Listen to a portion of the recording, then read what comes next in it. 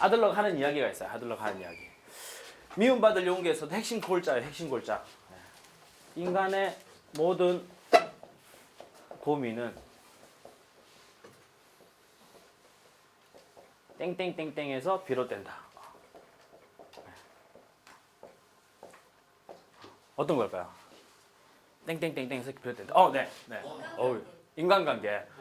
꼭 인간관계가 좋지 않으신 분들이 이거 잘 맞춰요. 맞아요. 인간관계라고 인간관계. 네. 인간관계. 결국 이제 아들러가 핵심 메시지는 그거예요. 모든 인간의 고민은 인간관계에서 비롯된다. 아들러가 했던 이야기인데 데일 카네기도 같은 이야기를 합니다. 데일 카네기가 다른 형태로 이야기를 해요. 인간의 행복과 성공의 85%는 어디에 달려있다? 돈 관계에 달려있다. 이것도 인간관계에 달려있다 그랬지. 인간관계. 그러니까 사실은 인간관계만 잘 해결하면 우리가 살아가는데 인간관계를 잘 해결하면 인간의 모든 고민뿐만 아니라 행복과 성공도 성취할 수 있다. 그래서 아들러는 인간관계를 굉장히 중요하다고 본 거예요. 그래서 아들러 심리학의 많은 실제적인 부분들은 사실은 우리가 좋은 인간관계를 만들어가는 데 필요한 도구를 아들러 심리학에서 소개해주고 있습니다. 그래서 심리학의 3대 거장이라고 불리는 프로이트, 융의 심리학들은 사실 일반인들이 이해하기가 굉장히 어려워요. 근데 아들러의 심리학은 우리가 일상에 살아가는 이야기들을 담고 있고 또 그러한 좋은 인간관계를 푸는 좋은 도구로 용기라는 것을 주고 있습니다. 그래서 오히려 우리 일반인들이 일상을 살아가는 사람들이 미움받을 용기뿐만 아니라 아들러의 심리학을 들으면서 용기를 얻는 거예요. 또 나도 이렇게 스스로 변화할 수 있다라는 용기들을 가져가는 게 아들러 심리학의 핵심이 아닌가 합니다. 그래서 이 인간관계를 잘 풀어가야 된다고 이야기하는데 이 인간관계를 풀어가는데 중요한 도구가 있어요. 도구. 관계. 먼저 인간과 인간 간의 관계 이거 한번 볼게요. 인간과 인간과의 관계가 이렇게 4가지로 구성이 돼요. 관계가 형성되려면 뭐가 있어야 될까요? 돈. 돈도 필요해요. 돈. 때로는 돈이 되었든 뭐가 되었든 간에 관계를 형성하려면 일단 너와 나가 있어야 돼. 너와 나. 혼자서는 관계가 성립되지 않는다라는 거야. 그러니까 사람은 혼자서는 살아갈 수 없는 존재라는 거거든요. 관계는 일단 둘 이상의 사람이 있어야 돼. 자신이 있어요. 자신. 첫 번째 자신. 그리고 나와 관계를 형성하는 상대가 있어야 됩니다. 우리도 오늘 이렇게 관계가 새롭게 만들어진 관계가 있잖아요. 그죠?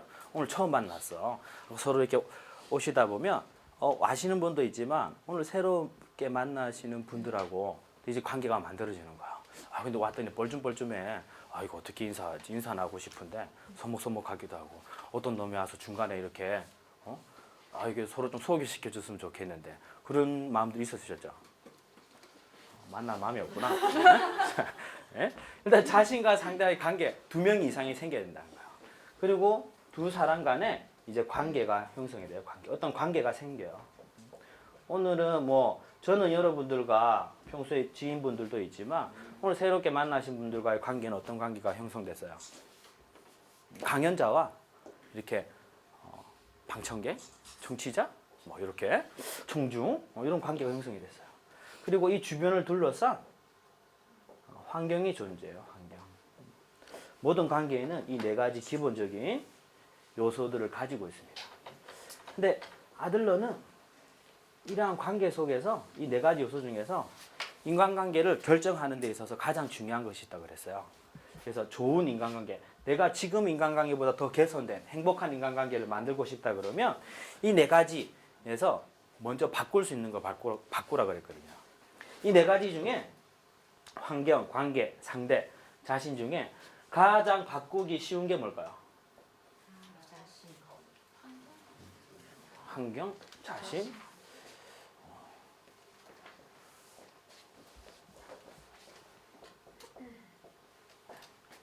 반면에 가장 어려운 건 뭘까요? 가장 어려운 거. 바꾸기 가장 어려운 거. 환경, 상대. 가장 바꾸기 어려운 건 사실은 상대입니다. 상대예요. 상대는 내가 바꿀 수가 없다.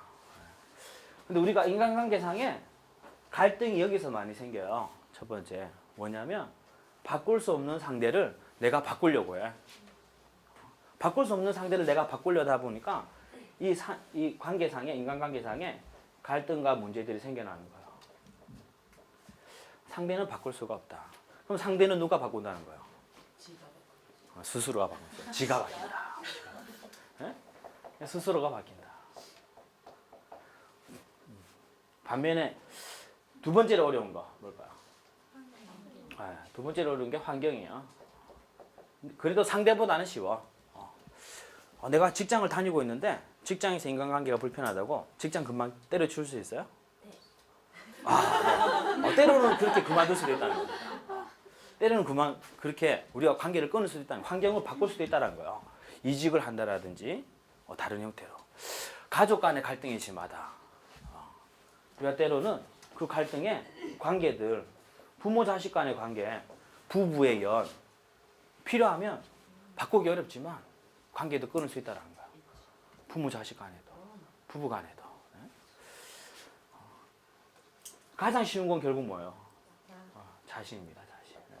자신은 네 가지 중에 사람들은 그렇게 이야기해요. 자신을 바꾸기가 가장 어렵다 그래. 근데 자신이 변하지 않고는 사실은 바뀌지 않는 거거든요. 대부분의 갈등은 여기서 많이 생겨요. 상대를 바꾸려고 하다 보니까 갈등과 문제들이 생겨. 그리고 가장 바꾸기 쉬운 게 자신인데 자신을 안 바꾸려고 그래. 타인을 바꾸려는 거예요. 또는 관계나 환경을 바꾸려고 그래. 그래서 아들러는 스스로 우리 미움받을 용기, 스스로 살아갈 용기, 이러한 용기가 모두 다 뭐냐면 나 스스로가 먼저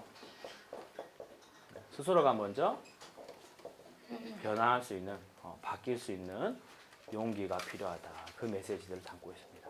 그래서 아들러의 책들을, 심리학들을 공부하시면 자극을 많이 받아요. 여태 내가 잘못 살았구나. 근데 아들러는 그렇게 이야기합니다. 잘못한 것이 아니라 지금부터의 삶이 중요하다. 지금의 내 모습은 내가 이전부터 내가 그때 내렸던 순간의 선택과 행동의 모습이다라는 거예요. 지금의 내 모습이 내가 과거의 희생자라든지 또는 부모가 내 모습을 만들어준 게 아니라는 거예요. 이제 더욱 중요한 것은 미래를 보는 거예요. 미래. 지금의 내 모습이 이럴지언정 앞으로 5년, 10년 뒤에 내 모습은 내가 지금부터 내리는 순간순간의 선택과 행동의 결과이다. 그래서 자기 자신을 바꾸라 그래요. 그래서 우리가 오늘은 이 세미나를 마치면 나 스스로 먼저 변화할 용기들을 가져가시는, 그걸 우리 오늘 세미나의 목적으로 같이 한번 이야기해 보도록 할게요. 자, 그래서 제가 자신을 먼저 바꿔야 된다고 그랬어요. 그럼 자신을 어떻게 바꿀 거냐? 그래서 아들러 심리학의 전체 상을 보면 가장 중요한 게 첫 번째가 자기 결정성을 먼저 이야기합니다. 자기 결정성. 그래서 아들러 심리학의 전체적인 상을 보면 한 5가지 요소가 있는데 그 첫 번째가 자기 결정성이에요. 자기 결정성. 자기 결정성이 어떤 건지 여기다가 제가 좀 그려드릴게요. 그래서 잘 지워지지 않는 곳에 제가 잘 적어서 오랜 기억으로 가져가실 수 있도록. 제가 키가 작아서 발꿈치를 들어야 돼요. 아들러의 키가 155cm인가 그랬어요. 아들러도 태어날 때부터 신체적인 열성을 가지고 있었어요. 그게 때로는 너무 열등감이 되기도 했어. 근데 아들러는 이제 자기 위에 이제 칠형제였는데 자기 위에 이제 큰형이 키가 크고 체력도 좋았습니다. 근데 아들러는 어릴 때부터 이렇게 구루병을 앓았어요. 그래가지고 신체적으로도 아주 작지, 키도 크지 않지, 외모가 뛰어난 것도 아니지, 이런 것들이 자신한테는 열등감, 열성에 자극이 되었어요. 근데 아들러는 그것을 잘 푸는 겁니다. 내가 그러한 열등감, 열성을 가지고 있더라도 스스로가 자기 결정을 하는 거예요. 스스로가 자기 결정. 보겠습니다. 우리가 이렇게 어떠한 환경이 있어요. 외부의 환경. 외부의 환경. 내가 태어날 때부터 생 거지야. 우리 부모님은 어릴 때부터 가난했어. 짜장면도 제대로 못 먹었어요. 그런 환경들도 있고, 또 우리가 열등감하고 좀 구분지어서 이야기하면 아들러의 키가 작았던 것처럼 열성이라는 게 있어요. 열성. 열성은 이제 기관 열등성이라 그래가지고 신체적인 열성을 이야기합니다. 오늘 보니까 다들 인물들이 다 그 시기 하잖아요. 태어날 때부터 이런 열성을 가지고 있어.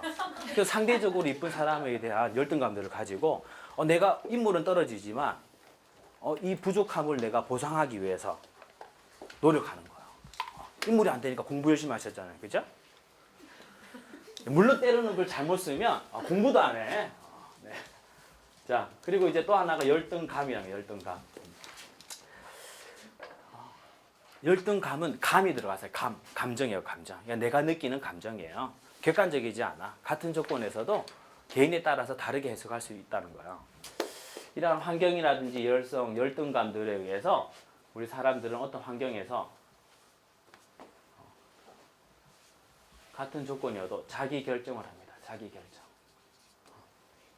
그래서 이것을 건설적으로 사용하는 사람이 있는 반면에 비건설적으로 자기 결정하는 사람들이 생긴다는 거예요. 어쩌면 환경이나 열등감들은 이거를 영향 요인이라고 해요. 영향 요인. 내가 무언가를 결정하는 데 있어서 나 스스로가 자기 결정하는 데 있어서 영향을 미치는 요인이지만 결정 요인은 결국 타인이 아니라 바로 나 자신이다라는 거야. 그러니까 나의 결정이 중요하다. 제가 최근에 이렇게 그 커뮤니티 밴드에 올렸는데 최근이 아니에요. 그저께 이야기예요. 그저께 이야기. 어느 한 분이 이렇게 최근에 하고 있는 개봉되고 있는 영화 중에 조이라는 영화가 있어요. 조이 영화. 재밌어요. 볼만합니다. 이틀 전에 봤는데 그 영화에서도 조이가 이런 환경에서 안 좋은 환경에서 자랐어요. 집안의 지지에도 가난해. 그리고 이복 언니가 있어요. 부모님이 어릴 때 이혼을 하신 거예요. 이혼을. 그렇게 지질이 가난한 삶을 살다가 근데 자신은 또 타고난 좋은 재능이 있어요. 그래서 뭔가를 잘 만들어. 근데 이제 주변의 환경이나 스스로가 느끼는 열등감에 의해서 자신의 능력을 못 발휘하고 사는 거예요. 성인이 되었어. 이제 성인이 되었어. 나중에 또 남자도 지질이 같은 남자 만나는 거예요. 남자가 음악만 좋아해. 능력은 부족해. 또 그 남자랑 또 순간의 사랑으로 결혼을 해요. 그리고 좀 있다가 이혼을 해. 애 둘 놓고. 집안에 누가 사느냐? 자신의 할머니. 그리고 이혼한 뒤에 침대에서 드라마만 보는 엄마.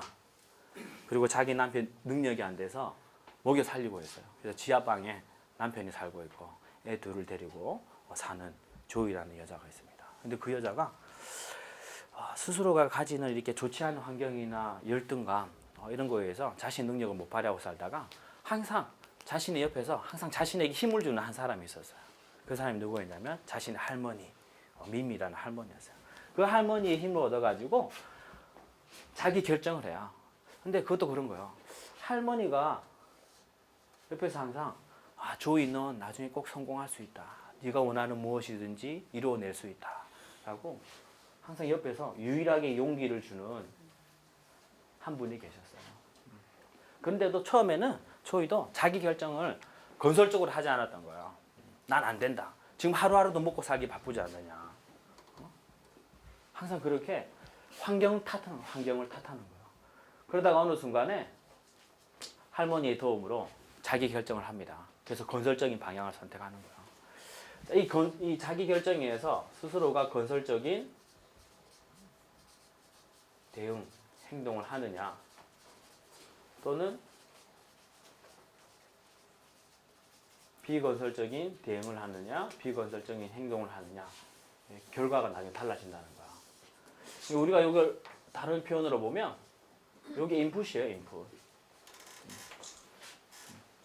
인풋의 영향을 같을 수 있어. 근데 아웃풋의 모습은 다를 수도 있다는 거야. 같은 조건이어도 나 스스로가 어떻게 결정하느냐에 따라서 내 삶이 달라진다. 이게 아들러 자기 결정성의 핵심이에요. 자, 그럼 여기도 한번 볼게요. 자기를 결정하는데 중요한 요소. 이렇게 같은 그림이에요. 근데 다르게 한번 보시는 거예요. 어떤 환경과 외부의 조건이 있어요. 근데 이러한 외부 환경이나 조건, 어떠한 사건, 사고 이러한 것에 의해서 자신 스스로가 그냥 반응하는 사람들이 있어. 이 환경에 따라서 그냥 반응하는 사람들.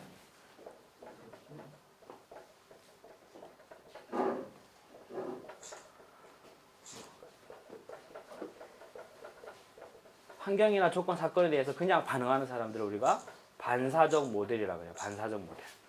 그러니까 환경이 닥치면 그 환경에 따라서 그냥 반응하는 거예요.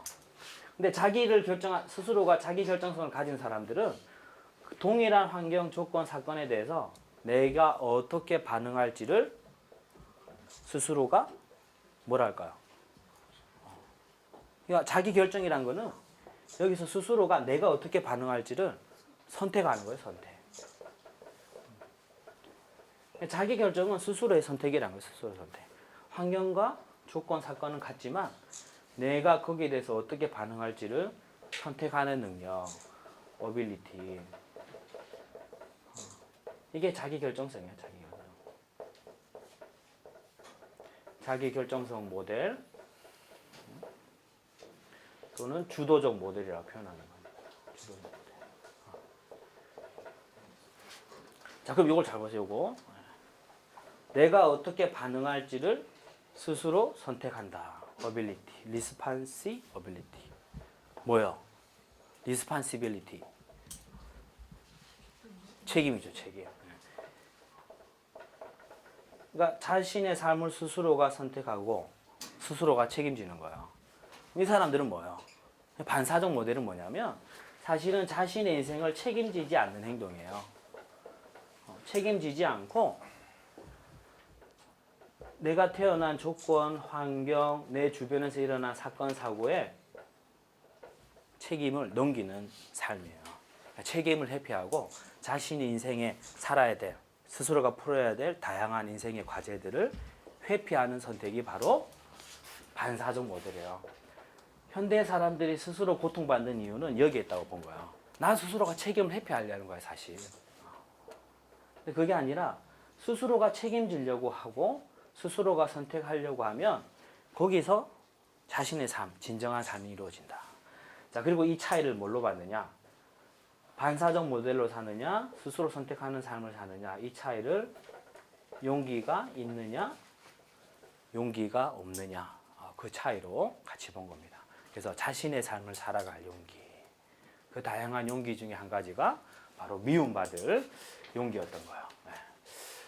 자, 자기 결정성이 그래서 가장 중요한 거예요. 그래서 가장 첫 번째 나온 요소입니다. 그리고 이렇게 자기를 스스로가 결정하는 데 있어서 가장 큰 차이가 뭐라 그랬죠? 뭐가 있다 없다? 용기의 유무다.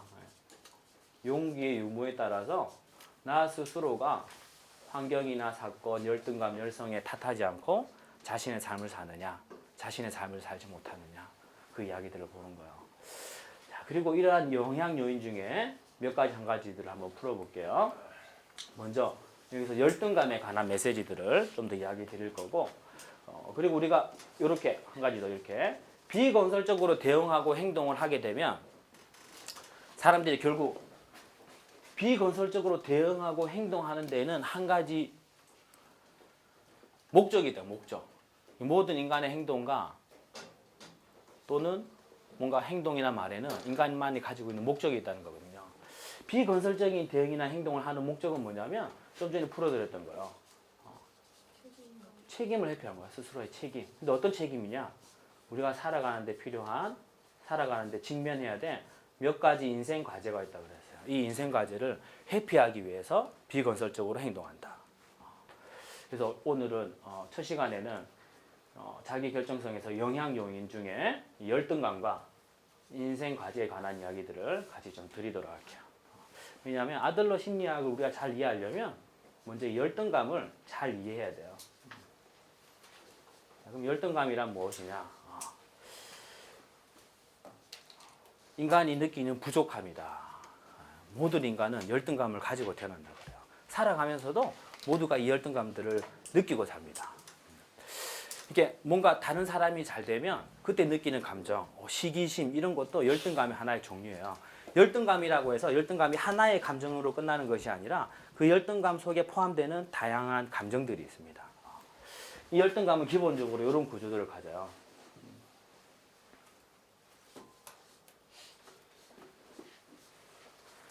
현실에 나 스스로가 내가 어떤 사람이다라는 자아상이 있어요. 또는 이런 다른 표현을 우리가 현상이라고 해요. 현상. 지금 여기에 내가 느끼고 있는 일어나고 있는 현상. 우리가 뭐 기업 용어로 표현하면 이렇게 as is, 이렇게도 표현합니다. 자아상. 내가 지금 어떻다라고 생각하는 나의 스스로가 정해놓은 상. 나는 뭐한 사람이야. 근데 반면에 내가 추구하는 이상이 있어요. 이상. 그걸 자이상이라고. 이상. 내가 이상적으로 추구하는 거. 내가 되고자 하는 거. 현상 대비해서 우리가 달성하려고 하는 목표, 목적. 완성된 모습. 이 투비의 모습들이 있습니다. 항상 우리 이런 간격들을 가지고 살아요. 내가 지금 거지인데 와 나도 이렇게 좋은 공간에 좋은 빌딩 하나씩 갖고 싶어. 오늘 오시면서 느꼈죠? 다들 좀 사는구나. 자, 이런 것도 하나의 갭이에요. 갭. 이 차이에서 오는 갭. 이거를 열등감이라고 표현하는 거예요. 열등감. 이 차이에서 오는 이 갭, 차이에서 오는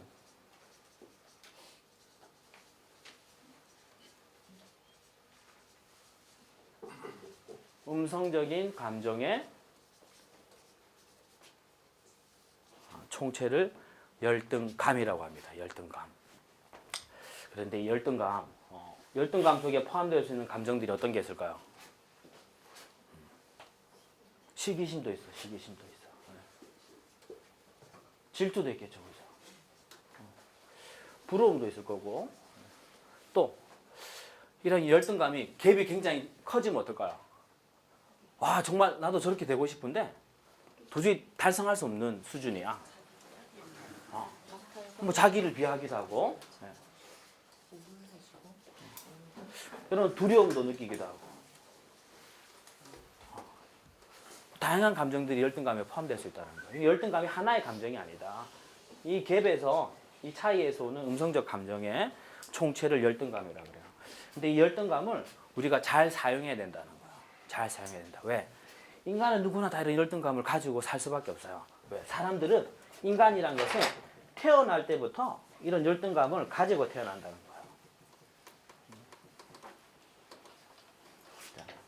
거예요. 내가 갓난아기로 태어났어요. 점점 이제 시간이 지나서 한 명이 이제 성인이 되는 거예요. 성인이 돼요. 근데 사람은 태어날 때부터 열등감뿐만 아니라 열성, 아까 얘기 드렸던 신체적인 기관 열성도, 기관 열등성도 가지고 있어요. 그리고 아이 들일 때도 열등감을 느껴. 아이 들일 때 어떤 열등감을 느낄까요? 아이 들일 때. 이제 애가 아직 한참 어리시죠, 그죠? 250. 그 아이도 열등감을 느낄 수 있습니다. 인간은 다 열등감을 느껴요. 갓난아기일 때는 어떤 열등감을 느낄까요? 걷지 못할 때는 걷지 못하는 열등감을 가져요. 그 감정이 생긴다니까요. 왜? 내 주변의 어른들은 잘 걸어 다니고 말도 잘하거든. 근데 자기는 자기 표현도 잘 안 돼. 어릴 때부터 그런 감정들이 생겨납니다. 그리고 그러한 감정들이 나중에 또 아이들은 열성을 가지고 태어나요. 열성을. 인간은 모두가 가지고 태어나요. 자, 보세요. 거북이는 태어나자마자, 알에서 깨어나자마자 부모님의 도움 없이도 모래사장을 헤치고 바다로 나아갑니다. 그렇게 프로그래밍화 되어 있어요. 독수리나 매는 어때요? 인간보다 어떤 뛰어난 능력을 가지고 있어요? 눈이 좋아. 인간보다 한 50배는 눈이 좋아. 물론 날 수도 있고. 길이는 목이 길어. 그리고 또 동물과 인간 다르다는 거야. 동물은 현재를 살아요. 현재. 동물은 현재를 삽니다. 요즘에 뭐 인공지능 AI 뭐 알파고가 유명해졌지만 동물은요 달라요. 동물의 DNA는 처음부터 동물도 뇌를 가지고 있지만 동물의 뇌신경은 이미 다 거의 다 연결돼 있어요. 그리고 프로그래밍화 돼 있어요. 그래서 2개월이 되면 3개월이 되면 태어나자마자 해야 될 것들이 다 정해져 있습니다. 가본 적이 없지만 그 길을 찾아가요. 그게 다 새겨져 있다는 거예요. 이미 머릿속에. 근데 인간은 다릅니다. 인간은 달라요.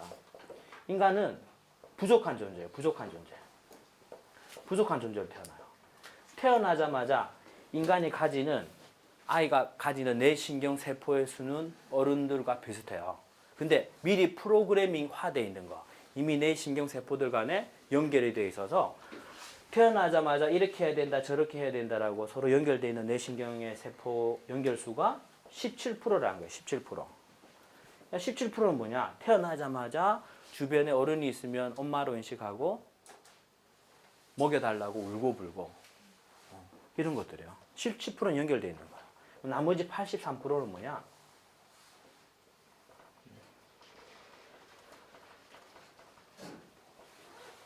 자유신경세포라고 해요. 자유신경세포. 그러니까 이제부터 자유롭게 스스로가 연결하는 거예요. 연결. 83%를 연결시키지 않고 태어납니다. 태어나서부터 성인이 될 때까지 이 83%들을 연결하면서 살아요. 그래서 인간은 태어날 때부터 부족한 존재로 태어납니다. 부족한 존재. 그런데 잘 보세요. 이 부족한 존재로 태어나는데 삶을 살아가면서 다양한 경험들을 하면서 이 열등감들을 해소하려고 노력해요. 누구나 다 가지고 있는데 특히 열등감을 내가 보상한다 그래요. 심리학에서는. 보상. 또 다른 쉬운 표현은 우리가 극복하는 거, 극복. 내가 느끼는 열등감을 극복하기 위해서 인간이 노력하는 거예요, 노력. 노력해서 내가 느꼈던 이 열등감의 갭을 이 모습에서 여기 위로 올라가려고 스스로가 노력하면서 살게 되는 거예요. 그런데 이 열등감이 없으면 사람은 노력하지 않는다라는 거예요. 열등감이 있기 때문에, 부족함을 느끼기 때문에 노력한다는 거예요. 오늘 이 자리에 왜 오셨어요? 배우려고 하죠.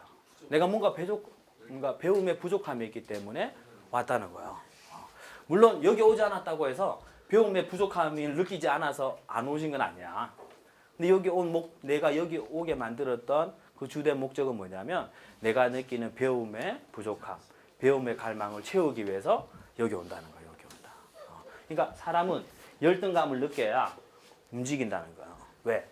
열등감을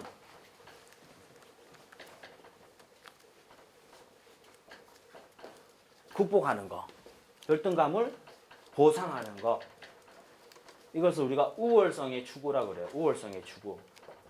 내가 열등감을 극복 보상해서 우월성을 추구하려고 하는 거, 이것이 뭐다? 인간의 행동과 인간이 움직이게 하고 인간이 발달, 성장하는데, 성숙하는데 근본 원천이다 이렇게 본 거예요. 아들러는 그래서 우월성 추구를 인간의 행동과 발달의 근본 원천이라고 봅니다. 심리학의 3대 거장 프로이드와 다른 부분이 여기 있어요. 프로이트는 인간의 행동, 발달의 근본 원천을 뭐라고 이야기했어요? 성이라고 했죠. 성적 충동, 리비도. 근데 아들러는 그것이 아니라 우월성의 추구다. 누구나 열등감들을 가지고 우월해지고자 하는 그 부족함을 보상하려고 하는 것 때문에 인간 스스로가 행동하고 발달한다. 그러니까 내가 잘못된, 누구나 다 가지고 있는 열등감들이고 내가 그 열등감을 잘못 사용하면 다른 길로 빠질 수도 있고 내가 건전하게 우월성을 추구하면 좋은 길로 살 수도 있다는 거예요. 자, 그게 이제 열등감에 관한 이야기들이었어요. 그럼 열등감을 조금 더 같이 한번 풀어볼게요. 자, 이 열등감. 그래서 열등감의 또 다른 이름으로 아들러의 심리학을 사용의 심리학이라고 그래요. 사용의 심리학. 누구나 다 가지고 있는 이 열등감이지만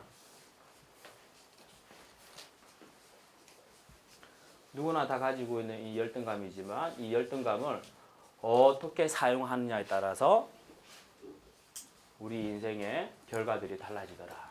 그래서 사용의 심리학이라고 하는데요. 사용의 심리학은 이런 겁니다.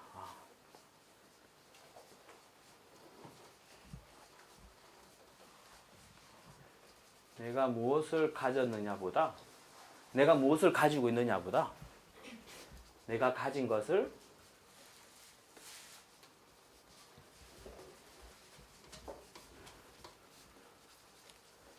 어떻게 사용하는가가 더 중요하다는 거예요. 누구나 다 열등감들을 가지고 있지만 그 열등감을 어떻게 사용하느냐가 더 중요하다. 자, 그래서 열등감을 잘 사용해야 돼요. 잘 보실게요. 열등감을 그러면 잘못 쓰면 어떻게 되느냐. 자, 그리고 이 열등감이 하나의 목표가 되는 거예요. 내가 살아가는 데 있어서 우월성을 추구하고 이것을 극복하기 위해서 내가 행동하게 되고 성장한다 그랬어요. 열등감이 하나의 목표가 됩니다. 근데 이러한 열등감을 극복하기 위해서 우리 사람들은 어떤 수단과 방법, 도구들을 선택해요.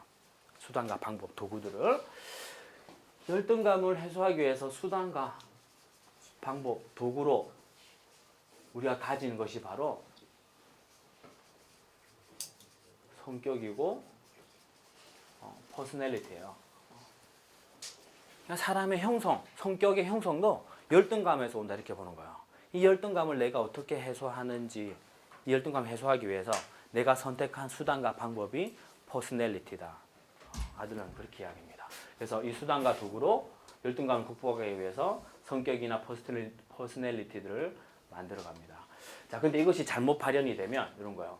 잘못 발현이 되면, 비건설적으로 발현이 되면 사람들이 기본적 오류에 빠진다. 기본적 오류에 빠져요.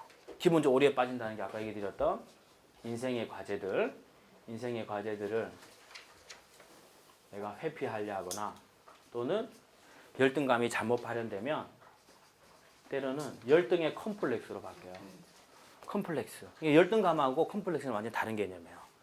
또는 나이가 가진 열등감을 숨기기 위해서 남들 앞에서 내가 그렇지 않은데 과시한다든지 과장한다라든지 우월의 컴플렉스에 빠지기도 합니다.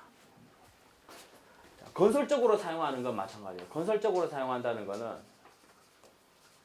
내가 우월성을 추구하면서 동시에 사적인 논리에 빠져들지 개인적인 이익만 추구하지 않고 공동체 감각을 발현해서 내가 속한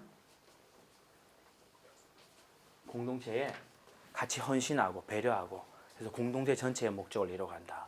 이 이야기들을 다루는데 요 두 가지 차이들을 조금 더 이야기를 좀 드리도록 할게요.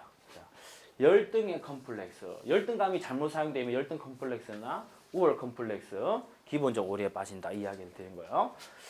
어떻게 하면 열등 컴플렉스에 금방 빠질 수 있을까요? 인생의 과제를 회피할 수 있을까요? 방법은 간단해요. 열등의 간격을 늘리면 돼. 그러니까 나 스스로 이 열등의 개념에 긍정적으로 발현하려면 이 간격의 거리가 내가 한번 도전해 볼 만한 간격이면 좋아요. 나도 이분처럼 노력해서 노력을 지속하고 이렇게 노력하고 꾸준히 노력하면 나도 저 모습이 될 수 있겠다. 이 모습은 건전한 간격이에요. 그 열등감은 내가 지금 당장 뭔가 행하고 움직이고 건설적으로 뭔가 집에 쿡 박혀 있는 것이 아니라 움직이는데 힘이 된다는 거예요. 근데 이 간격이 엄청 커지면 어떻게 될까요? 이 간격이 엄청 커지면 사람들의 형태가 다양하게 나타나는 거예요. 열등 컴플렉스로 대표적으로 나타나는 게 포기야, 포기. 책임 회피하고 포기해버리는 거예요. 근데 반면에 우월 컴플렉스는 뭐냐면 사실은 내가 느끼는 열등감이 커.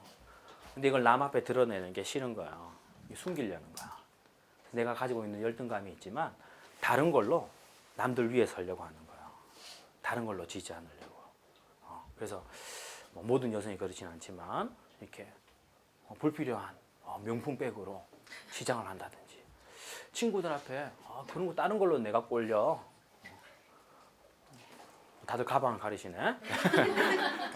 그런데 그런 걸로 다른 걸로 과시하는 거예요. 수술을 한다든지 자신의 삶을 살아야 되는데 모든 것이 다 그렇진 않지만 열등의 컴플렉스의 한 형태 그렇게 나타날 수도 있더라. 근데 더 중요한 건 내가 무엇을 가졌느냐보다 가진 것을 어떻게 사용하느냐가 더 중요하다는 거예요. 자, 그리고 비건설적으로 발현될 때 우리가 나오는 기본적인 오류. 이 기본적 오류를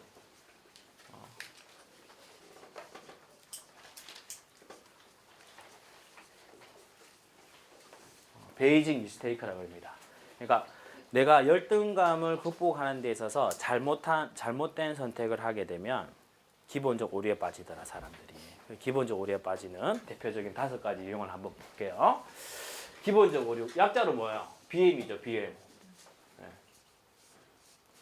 우리나라 말로 표현하면 어떤 표현이 있을까요? 기본적 오류 말고 BM. 바보 멍충이. 네. 바보 멍충이 선택을 할 수도 있다는 거예요. 기본적 오류에 빠져드는 5가지 형태들이 있어요. 그래서 내 모습하고도 한번 잘 비교해 보시는 거예요. 왜냐하면 사람들은 항상 이렇게 우월성을 추구하는 긍정의 방향으로만 선택하진 않아요. 우리가 때로 그 자리에 머물러 있을 때도 있지만 때로는 내가 스트레스를 받거나 공경에 빠져 있는 상황이 될 때 기본적 오류에 빠져들곤 하거든요. 그래서 기본적 오류의 5가지 이용을 이렇게 봅니다. 우리 대학들 다니시면 단과대 있죠, 그죠? 단과대. 단과대학에 간지나는 아주 잘생긴 그 새끼가 한 명 있어. 그래서 이제 단과 간지그. 네? 기본적으로 우리 쉽게 빠져드는 한 유형이 바로 그거야. 단정하는 거야. 스스로를 단정. 내가 자기 결정할 때 스스로를 단정해버리는 거야. 단정의 대표적인 형태가 어떤 말일까요? 단정 지어버리는 거. 자신에게 하는 말. 난 원래 이래. 난 안 돼. 뭘 해도 안 돼. 스스로 단정 지어버리는 거야. 타인에게 단정 짓는 행위들도 나와요. 우월 컴플렉스로 상대를 깎아내리려는 거야. 넌 안 돼, 이 자식. 봐, 임마, 넌 안 되잖아. 단정 지어버리는 거야. 너 안 될걸? 해도 안 될걸? 그거 어려워. 이게 단정 지어버리는 거야. 또 한 형태가 뭘까요? 과장. 별거 아닌데 과장 지어서 표현하는 거야. 별일 아닌데 큰일 난 것처럼. 다들 뭐 이렇게 어떤 작은 일만 생겨도 우리가 습관적으로 하는 말이 있어요. 뭐라 그래요? 큰일 났다. 엿됐다. 뭐 이런 표현들. 그러니까 다 이런 표현들이 뭐냐면 내게 주어진 인생의 과제들을 회피하기 위한 수단과 도구로 쓰는 거야. 수단과 도구로. 이렇게 빠져들곤 하더라. 간은 뭘까요? 간과. 그러니까 다 그렇지 않고 나를 좋아하는 사람들도 있는데 간과하는 거지. 모든 사람들이 날 싫어해. 사람들이 날 싫어해. 좋아하는 사람도 있는데 더 잘 되는 부분들도 있는데 부정성에만 초점을 맞추는 거.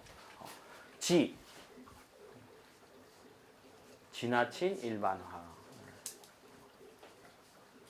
스스로에다가 태그를 붙여요. 꼬리표를. 또는 타인에게도. 그 사람이 항상 그렇지 않은데 그 사람을 일반화 시켜버린 거야. 우리가 살면서 자신에게도 그렇고 타인에게도 꼬리표들을 많이 붙입니다. 저놈은 불성실해. 저놈은 안 될 놈이야. 저놈은 같이 일하기 힘들어. 저는 스스로 자신에게도 그런 꼬리표들을 붙여요. 그럴 땐 가치관. 이런 것들이 좀 나중에 너무 나 스스로의 생활 패턴에 익숙해지면 스스로가 그릇된 가치관들을 가지고 살아요. 그래서 나중에 영화 조이를 한번 보세요. 영화 조이에 보면 그 조이 망가트라는 실존 인물이 아주 어렵고 가난하고 열성과 열등감을 가지고 살아가던 환경에서 스스로 아주 홈쇼핑계의 거대한 여성 CEO로 성장하는 데 있어서 이런 과정들을 다 거쳐와요. 그리고 스스로도 조이 망가트 그 여주인공도 스스로 단정하고 과장하고 간과하고 지나친 일반화 그릇된 가치관들을 가지고 삽니다. 하지만 나중에 스스로가 이러한 것을 극복하려고 용기를 내는 거예요. 자, 이렇게 우리가 기본적 오류에 결국 빠져들면 안 된다. 그 이야기들을 드리는 거예요. 이게 이제 자기 결정성의 핵심적인 부분들입니다. 그리고 이러한 선택을 하는 데 있어서 중요한 도구, 수단과 도구로 우리가 성격, 퍼스널리티를 형성한다 그랬어요. 그러니까 사실은 열등감이 주된 목적이야. 열등감을 극복하는 거. 근데 그 극복하는 수단과 도구로, 그것을 극복하는 데 있어서 필요한 수단과 도구로 사람은 성격이란 걸 만들어낸다는 거예요. 그래서 아들러는 이 성격과 퍼스널리티를 생활 양식이라고 하고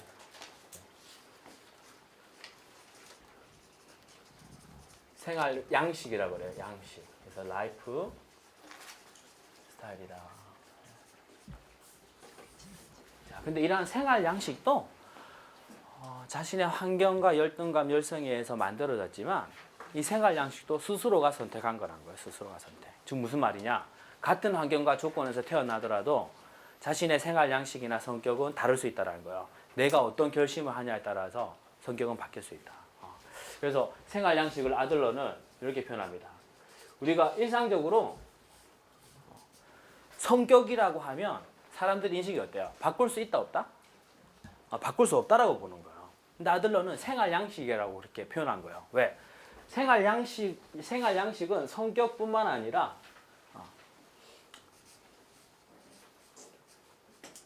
자아상, 우리 아까 열등감에서 이야기했죠, 그죠? 스스로가 자신에 대해서 어떻게 생각하느냐, 와 세계관, 나 이외의 타인과 나 이외의 세상은 어떠하다. 이러한 사고관념의 총체라고 본 거예요. 무슨 말이냐? 성격에다가 나는 땡땡땡이다라는 이런 자아상의 개념, 그리고 나 이외의 타인과, 너 말고 타인과 세상은 땡땡땡이다라고 바라보는 세계관, 그리고 자신이 추구하는 이상, 나는 뭐뭐뭐이어야 한다.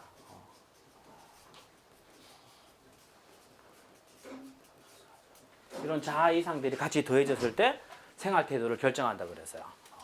이러한 생활 태도가 영향의 요인들이다. 자, 그러면 이러한 생활 양식들이 어떤 영향을 미치는지 한번 볼게요. 생활 양식들. 아들러 심리학 우리 세미나에서는 우리 같이 이제 보는 영화가 한 편 있습니다. 거기 어떤 아이들이 나오냐면 아동복지센터에 있는 아이들이에요. 그 아이들은 어떤 아이들이냐? 부모가 없다라든지 할머니와 산다든지 아주 가정 환경이 어려운 친구들이에요. 또 그런 친구들이 또 지역적으로 그 지역에 몰려 살아요, 그죠? 그 아이들은 나는 땡땡땡이다. 어떤 자아상들을 가지고 있을 수 있을까요? 나는 다른 친구들과 비교가 안 된다라든지, 나는 상대적으로 다른 아이들보다 뭔가 부족한 아이라든지, 이런 열등감들을 가질 수 있어요. 스스로에 대한 자아상이. 근데 모든 아이들이 또 다 그렇지 않아. 그것도 스스로의 결정이에요. 반면에 이러한 친구들이 타인과 세상에 대해서 가지는 세계관에는 어떤 것들이 있을 수 있을까요? 그런 세계관을 가질 수 있어요. 세상은 불공평하다. 이런 세계관들이 가질 수 있다는 거예요. 또 자신이 추구하는 이상이 달라질 수도 있어. 어려운 환경에 있다 보니까 그것이 내 생활 태도에 많은 영향을 미쳤어요. 그러면 자아 이상의 개념에 이런 이상을 가질 수가 있어요. 돈을 많이 벌어야 된다. 무조건 돈을 많이 벌어야 된다. 거기에다가 세계관 자체가 세상은 불공평하다. 이런 세계관과 이런 자아 이상, 스스로에 대한 그런 자아상들을 가지고 있으면 나중에 성인이 되면서 세상은 불공평하고 나는 더 많은 돈을 가져야 내가 과거의 기억 속에서 더 많은 돈을 가져야 된다는 자아 이상이 생겨져 있으면 돈을 추구하면서 부정의 행위, 세상은 불공평하니까 그런 범죄라든지 이런 행위들도 할 수도 있다는 거예요. 그게 이제 어릴 때 형성되는 생활 양식이에요. 생활 양식. 우리가 흔히 표현하는 교류 분석에서 표현하는 인생의 태도도 같은 개념입니다. 근데 이것 또한 스스로가 사실은 선택하는 거예요. 선택한다. 자, 그럼 이제 생활 양식에 영향을 미치는 요인들을 한번 잘 보셔야 돼요. 특히 우리 이렇게 아직 어린 자녀들을 키우시는 분들도 많고 이제 자녀들을 곧 낳으셔야 되는 분들도 많으니까 생활 양식에 영향 요인이 있어요. 영향 요인. 영향을 미치는 요인. 아까 얘기 드렸던 신체적인 부분들도 영향을 미친다 그래요. 많이 미친다 그래요. 이것도. 그러니까 신체적인 거. 그러니까 잘 보세요. 저같이 키가 작은 아이는 어렸을 때 키 크고 싶었던 자아 이상들을 가지고 있어. 저같이 이렇게 험악하게 생긴 사람들은 이렇게 약간 이렇게 곱상하게 생기신 분, 저러신 분들, 네. 그런 이제 이상들을 가지고 있어요. 그러면서 사람은 좀 잘나야 되는구나. 그런 마음들이 생겨. 근데 그것도 이제 건설적으로 발휘하면 나중에 어느 순간에 깨달는 거예요. 생긴 건 내가 바꿀 수가 없구나. 스스로. 네. 대신 이제 지적인 부분으로 내가 전환을 하는 거예요. 방향을 전환하는 거예요. 그래서 자신의 자아 이상이나 생활 양식들은 스스로가 선택하기에 따라서 건설적인 방향으로 바뀌기도 합니다. 자, 신체적인 열성이나 이런 것들도 있고요. 또 그리고 우리가 느끼는 우리가 어릴 때 형성되는 생활 양식에 영향을 많이 미치는 부분이 가족적 포치라고 해요. 가족적 포치. 가족적 포치가 뭐냐면 태어난 탄생 수소, 탄생의 순서, 그리고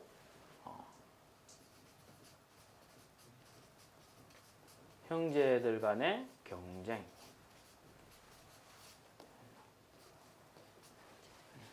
그리고 부모의 가치관. 보통 이 생활 양식은 보통 어릴 때 형성이 많이 됩니다. 어릴 때 형성을 해서 결정적 시기 때까지 형성을 해서 그 이후에 또 살아가면서 사실 그 이후에 경험하는 다양한 것들을 통해서 배운다기보다 내가 이미 형성한 생활 양식에 맞는 경험들만 받아들여. 그 이외의 경험들은 우리가 통각체계라고 해서 내 마음속에 걸러버리는 거예요. 그래서 사람들은 색안경을 끼고 살아간다 그러잖아요. 그죠? 들어보셨죠? 그죠? 그래서 어느 순간에 나도 모르게 내가 색안경을 끼고 살아가는 거예요. 근데 내 색안경이 파란색이면 세상이 다 파란색으로 보여. 그리고 내 눈으로 들어오는 정보들도 우리가 통각 체계를 세워서 내 생활 양식에 맞는 것들만 받아들이는 거예요. 그래서 아까 그 불안 환경에서 일부의 아이들은 세상과 타인은 세상은 불공평하다 이런 세계관들이 있을 수 있다 그랬어요. 근데 그런 친구들에게는 그런 세계관을 가지고 있는 친구들에게 공정한 세상이 있어도 그건 눈에 들어오지 않는 거야. 불공정해 보이는 것들만 눈에 들어오는 거야. 그렇게 우리가 생활 태도들을 형성하면서 살아가게 됩니다. 자, 탄생 순서도 중요하다고요. 왜? 이게 대부분 어릴 적 우리가 결정적 시기 때 많이 형성이 되기 때문에 생활 태도들이 특히 그래서 아들러는 가족적 포치를 많이 이야기했고 탄생 순서에 따른 생활 태도, 생활 양식의 차이들도 많이 이야기했습니다. 근데 요즘은 걱정 안 해도 돼. 보통 키워봐야 한 명 나 한 명.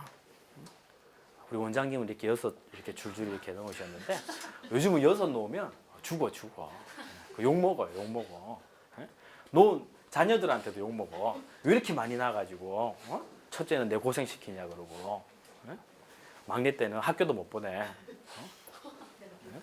돈이 없어 집에 돈이 없어. 자, 그런데 이제 한번 보실게요. 요거는 구체적으로 보진 않을 텐데. 간단하게 한번 보는 겁니다. 왜 탄생 순서하고 형제들 간의 경쟁 이런 것들이 중요한 영향 요인이냐 이걸 보는 거예요. 자, 어릴 때는 내가 경험이 없어. 그리고 어릴 때는 합리적인 사고가 잘 안 된다는 거 아직까지. 합리적인 이성적인 사고. 성인으로 볼 때는 당연히 뭔가 나누고 서로 같이 협력하고 이런 것들이 당연시한데 어린아이의 눈에는 그것이 당연하게 합리적인 이성적인 사고가 안 된다는 거예요. 그래서 내 주변에서 일어나는 다양한 사건들이 사실은 내게 불리한 일이 아니었는데 나에게 불공평한 일이 아니었음에도 불구하고 어릴 때는 그것이 불공평하다 또는 내가 억울하다 이런 상황들로 받아들일 수 있다는 거예요. 어떤 이야기냐면 일어났던 사건은 사실은 큰 일이 아니었는데 별 다른 일상의 일들이었는데 아이들은 스스로가 그 상황을 자신에 맞게 해석을 해요. 사적 논리로 받아들여요. 주관적인 의미를 부여해서 그걸 받아들이는 거예요. 그러니까 부모가 우리가 어릴 때 아이한테 잔소리를 했어. 잔소리라기보다 바른 길을 안내해줬어. 근데 자신은 그걸 부당하게 느꼈어요. 그러면 그 아이는 엄마는 나에게 부당하게 대한다. 불공평하게 대한다. 이런 적대감들이 생겨난다는 거예요. 제가 어릴 때 제 부모님의 어릴 때의 기억 속에 하나가 뭐였냐면 아버님이 이렇게 어떤 일들을 하셨는데 옥상이 아니라 다락방에 아버님이 일할 때 쓰시는 공구함 상자가 있었어요. 제가 남자이다 보니까 그 공구함 상자에 있는 공구들을 막 가지고 놀고 싶은 거야. 이 아버님이 저녁에 다락방에 백열등 불을 켜놓고 그걸 정리하고 있으면 제가 가서 막 만지는 거예요. 여기서 뺐다가 저를 옮겨. 막 그걸 가지고 노는데 아버님이 손을 이렇게 딱 때렸어요. 그리고 제 기억 속에 제가 나중에 성인이 되고 난 뒤에 지금의 기억에서는 어떻게 해석했냐면 한참 뒤에 어떻게 해석했냐면 아버님이 나를 굉장히 못된 아이로 여긴 걸로 저는 그때 의미를 부여한 거예요. 제가 그게 엄청난 큰 상처가 됐어. 근데 지금 지나고 와서 제가 그 기억을 다시 떠올려 보니까 사실은 제가 자녀를 키워보니까 알겠더라고요. 사실은 아마 아버님이 그런 의미로 저를 부정하면서 때렸던 건 아니었던 것 같아요. 그냥 제자리 더 이상 만지지 말라고 손을 아마 가볍게 쳤던 것 같은데 실제로는 모르죠. 그때 과거로 가보진 않았으니까. 근데 내 과거의 기억 속에는 아버님에 대한 그 기억이 남아있는 거예요. 그러면서 내가 굉장히 부정을 저질렀고 아버님은 나를 싫어한다. 이런 메시지가 담긴 거예요. 기억 속에. 잘못된 해석을 한 거예요. 사실은 내가 어릴 때. 아이들은 그렇게 해석할 수 있다는 거예요. 주관적인 의미를 부여해가지고 그 당시 상황들을 나중에 성인이 돼서도 재현하기 때문에 어릴 때 일어난 세 가지들, 가족적 포취들이 아이들의 생활 양식에 엄청 큰 영향을 미치고 웬만큼 노력하지 않고는 성인이 돼서도 잘 바뀌지 않는다는 거예요. 요즘 이제 많이들 이제 혼자만 놓으니까 독자로 많이 키웁니다. 그리고 형제들 간의 경쟁들이 일어나면 이렇게 형제들 간에 여러 형제들이 있다 보면 서로 이제 경쟁을 하게 돼요. 부모의 사랑을 독차지하기 위해서. 그때 형성된 생활 태도의 많은 부분들이 사회에 나와서도 일반 성인들과 일상의 관계에서도 경쟁을 하게 돼요. 남 위에 올라서려고 그래. 올라서야만이 내가 무언가를 성취하고 얻어갈 수 있다고 느끼는 거예요. 형제들 간의 경쟁이 또 그리고 부모가 가정에서 지키는 가치관 이러한 것들이 생활 양식에 영향들을 많이 미치더라. 이게 자기 결정성의 전체적인 내용들을 설명드린 거고요. 이제 요거 하나 인생의 과제들을 같이 하고 짧은 쉬는 시간을 좀 가지도록 할게요. 표정들이 좀 쉬어야 될 것 같아. 표정들이 쉬어야 될 것 같아. 자, 네, 그러니까요. 힘들어하고 있어요. 자, 자기 결정성 이야기 드렸는데 자기 결정성에 인생의 과제까지만 설명을 좀 드리겠습니다. 인생 과제. 인생의 과제를 이렇게 표현하는 거예요. 우리 사람들이 살아가면서 인생을 살아가면서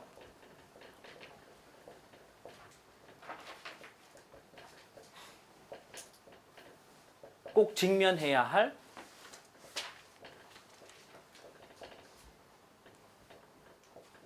인간관계상의 과제다.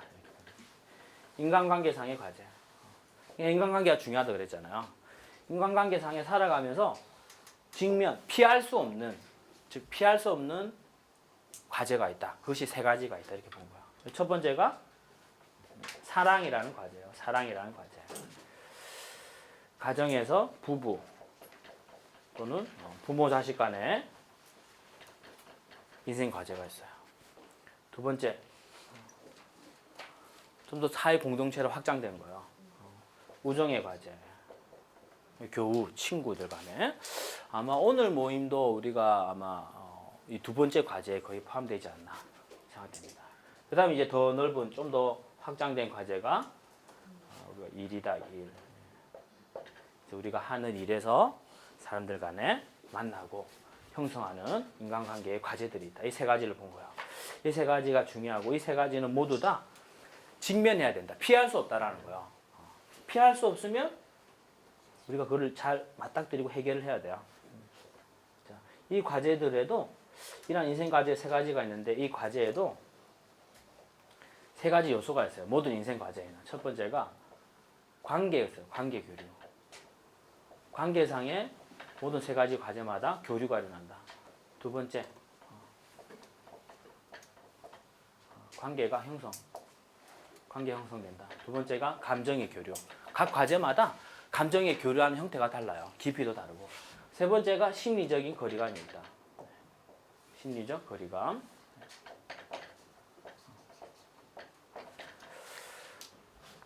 자, 부모 자식 간의 관계, 어떤 관계가 형성될까요? 이 관계를 이렇게 보는 겁니다. 사랑의 관계, 부모 자식 간의 관계는 우리가 공동의 운명체다 그래요. 공동의 운명체. 그러니까 제 아내와 제가 같이 만나가지고 서로 붙어 있는 것이 아니라 이제 하나가 된 거예요. 더 이상 분리될 수가 없는 공동의 운명체다. 그래서 이거를 결합의 관계다. 결합 관계. 결합된 관계. 그러니까 제일 사실은 하나의 화합물로 합성이 된 거니까 이제 뗄래야 뗄 수 없는 거예요. 근데 우리가 이 관계를 잘못 받아들이는 거예요. 때로는 너와 나로 구분 짓는 거야. 하나의 관계인데. 그때 갈등이 오는 거예요. 거기서 인간관계 문제들이 생긴다. 자, 우정의 관계, 친구들 간의 관계, 이러한 관계들을 우리가 영속적이다 그래요. 영속적이다. 그리고 연결의 관계다. 관계의 표현은 연결의 관계다. 어떤 연결이냐? 이렇게 친한 친구들은 내가 이렇게 항상 보지 않더라도 몇 년에 한 번씩 봐도 서로 반갑죠, 그죠? 서로 교류가 돼. 그래서 연결돼 있다 그래요. 떨어져 있을 때도 있지만 관계가 떨어져 있는 것이 아니라 서로 멀리 있더라도 항상 연결의 끈들이 이어져 있다 이렇게 보는 거예요. 근데 우리가 사람들이 일을 하면서 스트레스를 많이 받는데 일에서 오는 관계를 볼게요. 여기는 일시적인 관계예요. 일시적인 관계. 사실은 우리가 일을 통해서 만나는 관계예요. 근데 그 일이 멀어지면 내가 그 일을 하지 않으면 그 관계가 떨어질 수도 있는 거예요.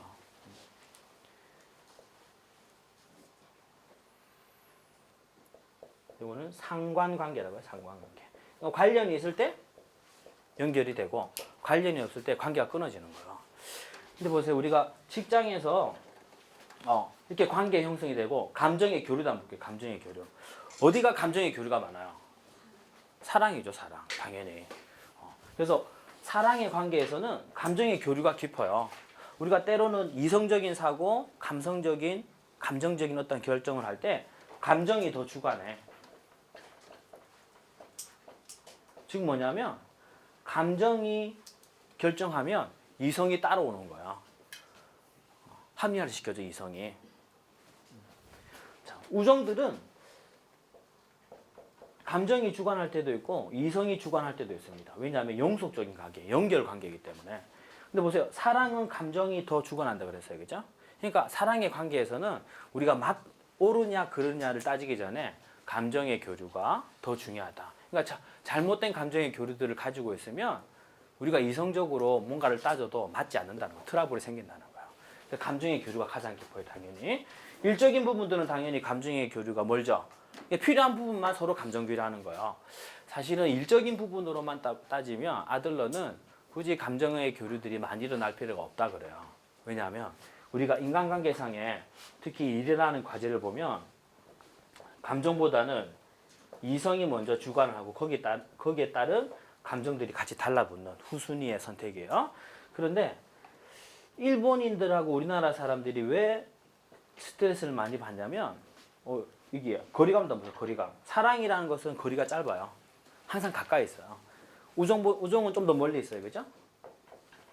근데 우리가 일의 과제는 일이라는 인생 과제는 심리적인 거리감이 먼 부분입니다. 근데 우리나라 사람들하고 일본인들은 이 일적인 관계의 사람들을 여기로 당겨와. 그러니까 일정한 거리, 심리적인 거리감을 좀 둬도 되는데 감정의 교류들의 거리선도 좀 둬도 되는데 이걸 너무 가깝게 가져오는 거예요. 그러니까 내 울타리 안에 들어오면 안 될 사람들을 데려와. 지난번 제 아내가 이렇게 외국계 회사를 다니는데 미국계 회사를 다니는데 자기가 미국에 출장 갔다가 느낀 놀란 게 하나 있었다고 그러더라고요. 미국인들은 와이프 회사의 본사의 미국인들은 옆에 동료 휴대폰 번호를 모르는 사람이 있다 그러더라고요. 옆에 같이 일하는 동료인데 휴대폰 번호를 모른대요. 몰라도 된대. 일적으로만 교류하지 일을 마치고 나서 만나고 이런 게 때로는 이상하다는 거예요. 모든 관계를 그렇게 형성하지 않겠지만, 그러니까 일적인 관계의 많은 부분들은 일로만 그냥 일적인 관계에서 끝내는 거예요. 근데 우리나라 사람들은 일적인 관계를 우정으로도 가져오고 심지어 가족보다도 더 가까이 해. 그러니까 저녁마다 마치고 누구랑 술 처먹어요. 우리 김용희 팀장님 회사 다니시니까 회사의 동료들이랑 술 마셔.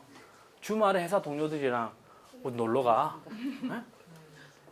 그러니까 모든 사람과 그런 관계를 맺으면 안 된다는 것이 아니라 나 스스로가 그걸 조절할 필요가 있다는 거예요.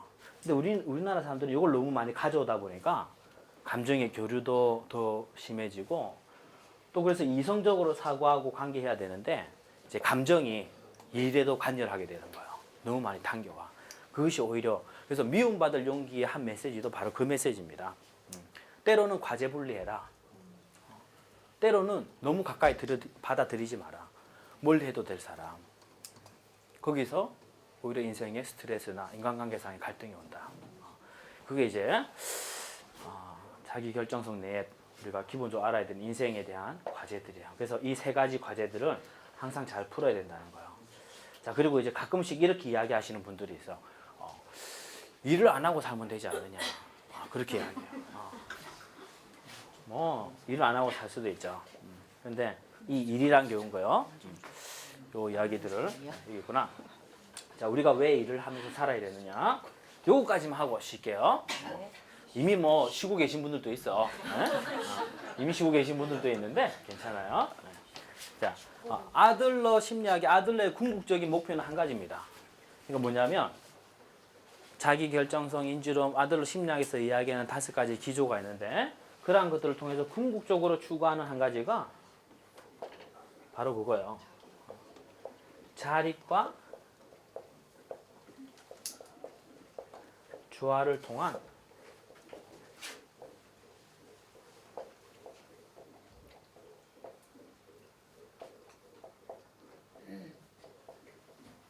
공동체 감각을 키우는 거라고 그랬거든요. 이 공동체 감각이 뭐냐면 결국에 사람은 우리가 따로따로 살 수가 없다.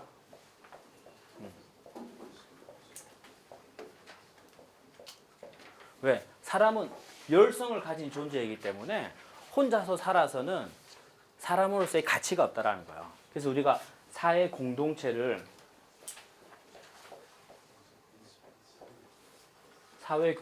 형성하고 같이 뭔가 공동의 목표들을 달성한다는 거예요.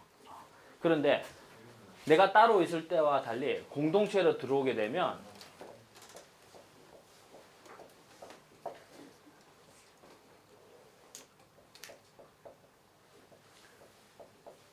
사회 공동체의 일원으로서 자신의 역할, 우리 쉽게 표현한 분업이에요, 분업.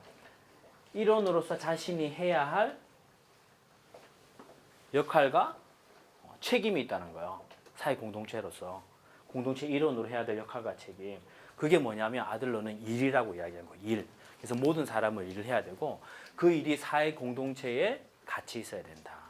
그 일이 사회 공동체 일원으로서 자신이 하고 있는 역할과 책임이 같이 있는 방향이어야 된다. 공동체 전체에 공공의 복리를 위한 길이어야 된다. 이렇게 이야기한 거예요. 그래서 아들러는 일하지 않는 사람은 특히 사회 공동체에 기여하지 않는 사람이 바로 열등 컴플렉스, 우월 컴플렉스에 빠져서 자신의 욕심만 채우는 사람들이다. 이렇게 표현했어요. 그래서 우리가 일을 하는 겁니다. 일의 목적이 뭐다고요? 사회 공동체 일원으로서 자신의 역할을 먼저 수행하는 거. 그래서 요거를 뭐라 그러냐면 아들러는 인간의 가치다 그랬어요. 인간의 가치. 인간으로서 각 개인이 가지는 가치는 사회 공동체 일원으로서 자신의 역할과 책임을 다하는 거다. 그리고 인간으로서의 의미는 이러한 내가 이 사회에 기여할 때 우리가 인간으로서의 가치뿐만 아니라 인생의 의미들을 가진다. 사회 공동체에 기여할 때. 그래서 공동체 감각을 키워야 된다 그랬어요. 공동체 감각이 없는 사람들이 자기 사적인 욕심들은 잘 채워. 이익은 잘 챙기는 거야. 근데 공동체 감각이 없는 사람들이 개인의 욕심만 채우지 공공의 복리를 추구하지 않는 거예요. 계속 쉰다 하면서 계속 하고 있어. 보세요. 이렇게. 네? 자, 공동체 감각이 이쪽 방향이에요. 이쪽이 뭐냐면 사적인 논리야. 그러니까 사적인 논리를 들이대서 자신의 이익만 추구하는 거. 당연히 이쪽으로 가겠죠. 그죠? 자, 이쪽이 뭐냐면 스스로의 자립이에요. 자립. 독립성. 자기 결정하는 거. 여기 상대적으로 여기 뭘까요? 자립하지 않는 거. 의존.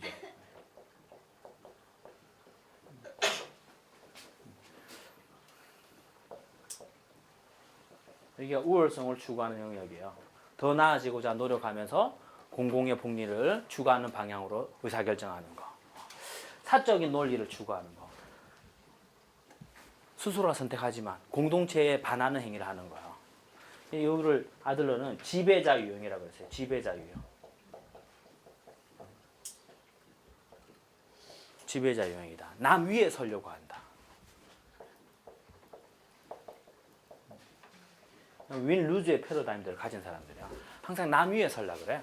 그래서 항상 다른 사람들과 상하 관계를 형성해요. 상하 관계. 근데 이거는 가정에서 부부 간에도 이 관계들이 형성돼요. 상하 관계가. 보통 부부 싸움들을 왜 할까요? 지배하려고 상대방을. 상대방을 내가 원하는 쪽으로 컨트롤하려고 하는 거예요. 상하 관계를 형성해서 내가 항상 상위에 서려고 하는 거예요. 자, 그럼 여기 우월성 추구는 어떤 거예요? 윈윈이죠, 윈윈. 네. 윈윈하기 위해서 때로는 내가 공동체 전체의 복리를 위해서 때로는 희생하고 배려하는 거. 사실은 이게 협력이라고 본 거예요, 협력.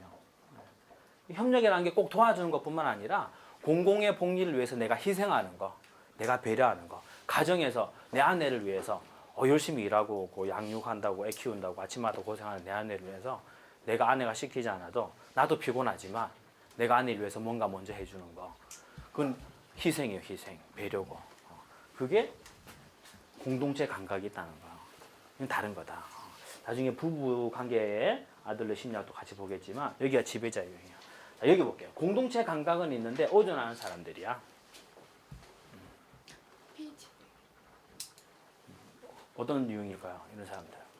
공동체 감각은 있는데 오존하는 사람들이야. 미움받을 용기 핵심이에요. 뭐요? 피플 플레저.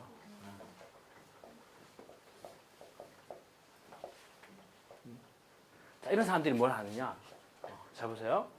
타인의 평가가 자신의 가치를 결정해요. 상대에게 의존적이에요. 그리고 그러면서도 공동체 감각이 있다는 건 뭐냐면 남을 기쁘게 해주는 거야. 자신의 삶을 살지 않아요. 피플 플레저다. 미움받을 용기가 많이 나와요. 그렇죠? 근데 이 사람들이 뭐냐? 좋은 사람 컴플렉스예요. 좋은 사람 컴플렉스요. 타인의 평가. 내 가치가 하나의 한 인간으로서의 존재 가치를 스스로가 가지는 것이 아니라 타인의 평가에서 나의 존재 가치가 떨어졌다 올라갔다 평가를 받는 거예요. 자, 그래서 피플 플레저, 뭐 좋은 사람 컴플렉스가 이 유형에 속하고요. 마지막 의존하면서 사적 논리에 빠져 있는 사람들. 이 사람들이 아까 쭉 풀었던 용기가 가장 필요한 사람들이에요. 물론 여기도 용기 필요해요. 용기 필요한데 여기 있는 사람들이 더욱더 절실한 용기가 필요하다. 여기 사람들이 희생자 또는 획득자 유형이라고 아들러 심리학에서는 표현합니다. 희생자. 그러니까 나 스스로가 인생의 희생자라고 여기는 거예요. 과거 환경의 희생자다. 스스로가 결단하지 못하는 거예요. 오존하는 거죠. 그죠? 그리고 획득자도 마찬가지예요. 나는 가만히 있고 누군가가 주길 바래. 요즘 이제 독자 혼자 키우다 보니까 자녀를 하나만 놓다 보니까 부모들이 다 해주죠. 과보해줘. 어릴 때부터. 근데 그게 익숙해져 있어요. 아이들이. 그러다가 이제 나중에 성인이 되어가지고 사회에 나왔어요. 근데 사회에 나왔더니 호락호락하지 않거든. 근데 이제 그때 성인들이 과거로 돌아가고 싶은 거예요. 과거에 내가 평안했던 시절로. 가만히 있어도 뭔가 다 해줬던 시절로. 근데 그게 자신의 마음대로 안 되니까 인생의 과제들을 회피하고 어깨너머리처럼 숨어버리는 거예요. 그래서 이 영역이 책임을 회피하고 또 윈루즈가 아니라 루즈윈으로 살아가. 이 영역도 마찬가지로 타인의 평가가 자신의 가치를 결정하는 거예요. 자신의 가치를 결정하는 영역이다. 자, 반면에 이 영역은 뭐야? 우월성을 추구하는 이 영역은. 그러니까 타인의 평가가 어떨지언정 자신의 존재 가치를 존엄성을 높게 보는 거예요. 스스로의 가치 인정하는 영역이다. 저도 이제 입에서 단내가 나기 시작하네. 네, 자. 도구까지. 네. 네. 왜냐하면 3시간 만에 할 게 많아. 자, 가장 싫은 네? 용기. 학건하기 싫었다는 얘기. 요것만, 진짜 요것만. 자, 요거. 네. 자, 우리가 이제 태어났어요. 내 자녀가 태어났어요. 용서야. 네? 태어났어요. 인간으로서 가지는 존엄성.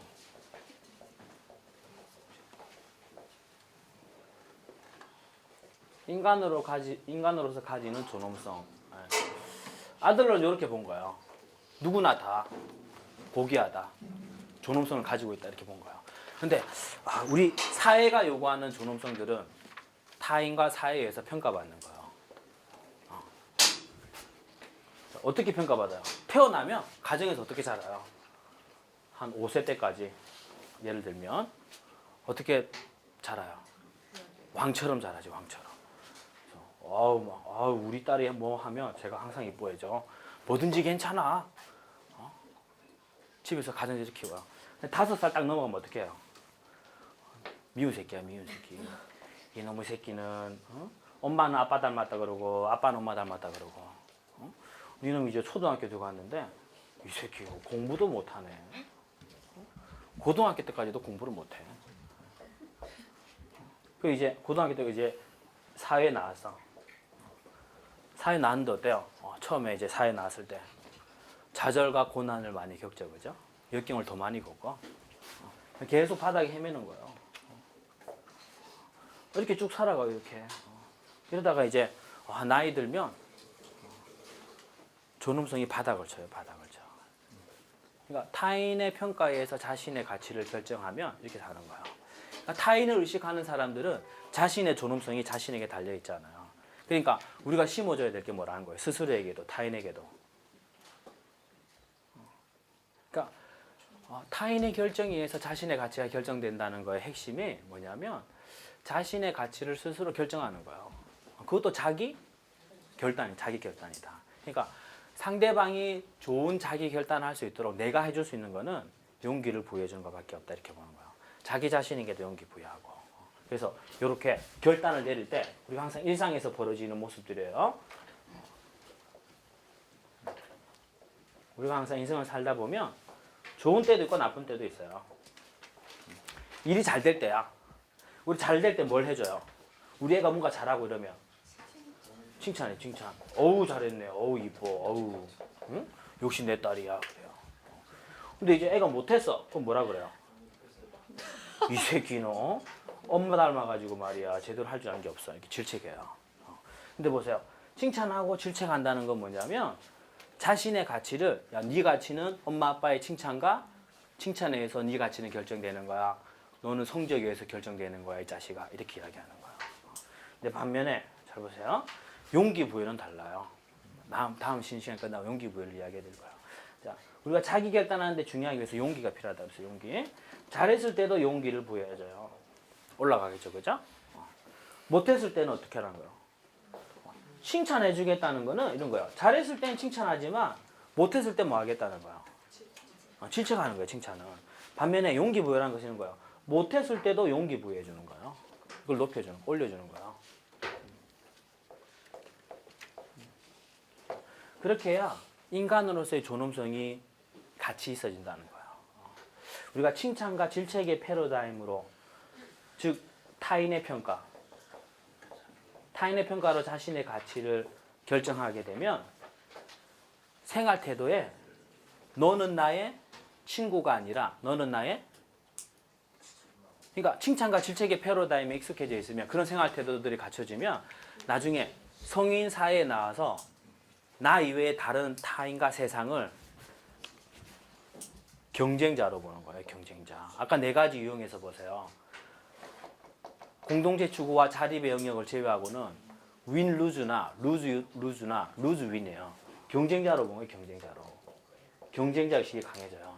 그래서 나중에 사적인 논리를 추구하고 공동체 감각이 결여될 수 있다는 거예요. 내 자녀를 키울 때도 한번 잘 보세요. 제가 지금 제 딸아이가 5살인데 저 스스로도 항상 점검해. 내가 지금 칭찬해주고 있는 건지 아니면 용기를 부여해주고 있는 건지 이 결정적인 차이는 다음 시간에 볼 텐데 결국 이렇게 우리가 항상 이럴 때도 용기를 부여해줘야 인간으로의 존엄성들을 가치를 가지고 스스로가 자신의 삶을 사는데 도움이 될 수 있다. 그 이야기들을 쉬었다가 다음 시간에 가지겠습니다.